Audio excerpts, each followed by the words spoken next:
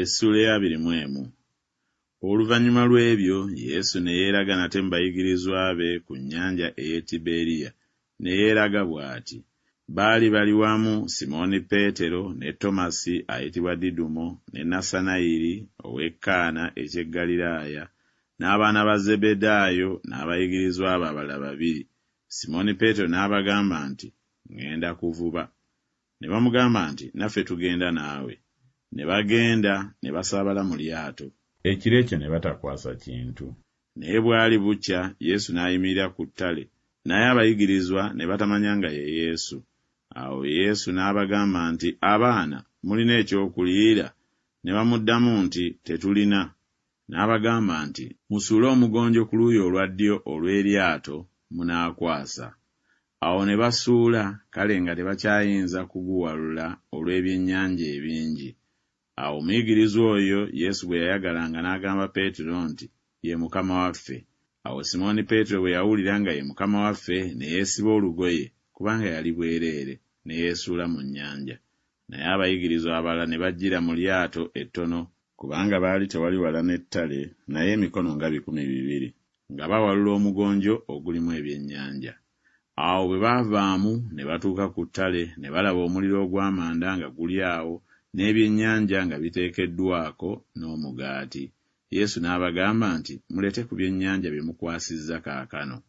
Awo Simooni Peetero n'asaabala, n'awalulira omugonjo ku ttale, nga gujjudde ebyennyanja ebinene 153. Naye newaakubadde nga byali bingi bwe bityo, omugonjo ne gutakutuka. Yesu n'abagamba nti, mujje mulye.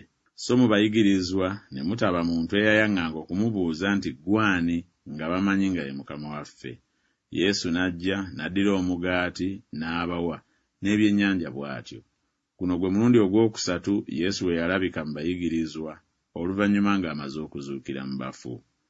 Awo bwe baamala okulya, Yesu n'agamba Simooni Peetero nti, Simooni, omwana wa Yokaana, onjagala okukira bano? N'amugamba nti, weewaawo Mukama wange, gw'omanyi nga nkwagala. N'amugamba nti, liisanga abaana b'endiga bange. N'amugamba nate omulundi ogwokubiri nti, Simooni, omwana wa Yokaana, onjagala? N'amugamba nti, weewaawo Mukama wange, gw'omanyi nga nkwagala. N'amugamba nti, lundanga endiga zange. N'amugamba omulundi ogwokusatu nti, Simooni, omwana wa Yokaana, onjagala? Peetero n'anakuwala, kubanga amugambye omulundi ogwokusatu nti, onjagala. N'amugamba nti, Mukama wange, gw'omanyi byonna, gw'otegeera nga nkwagala. Yesu n'amugamba nti, liisanga endiga zange. Ddala ddala nkugamba nti, bwe wali omuvubuka weesibanga n'ogenda gy'oyagala yonna, naye bw'olikaddiwa oligolola emikono gyo, omulala alikusiba, alikutwala gy'otayagala. Yayogera bw'atyo ng'alaga okufa kw'alifa okugulumiza Katonda. Bwe yamala okwogera bw'atyo n'amugamba nti, ngoberera. Peetero bwe yakyuka n'alaba omuyigirizwa Yesu gwe yayagalanga ng'agoberera. Era oyo ye yagalamira mu kifuba kye ku mmere ey'ekyeggulo n'agamba nti, Mukama wange, ani anaakulyamu olukwe? Awo Peetero bwe yalaba oyo n'agamba Yesu nti, Mukama wange, n'ono aliba ki? Yesu n'amugamba nti, bwe njagala abeerewo okutuusa we ndijjira, ofaayo ki? Gwe goberera nze.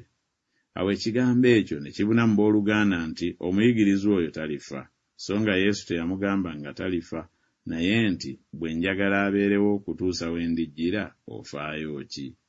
Oyo ye muyigirizwa eyategeeza bino, n'awandiika bino, naffe tumanyi ng'okutegeeza kwe kwa mazima. Nate waliwo ebirala bingi Yesu bye yakola, nabyo bwe biwandiikibwa kinnakimu, ndowooza nti n'ensi zonna tezandigiddemu bitabo ebyandiwandiikiddwa.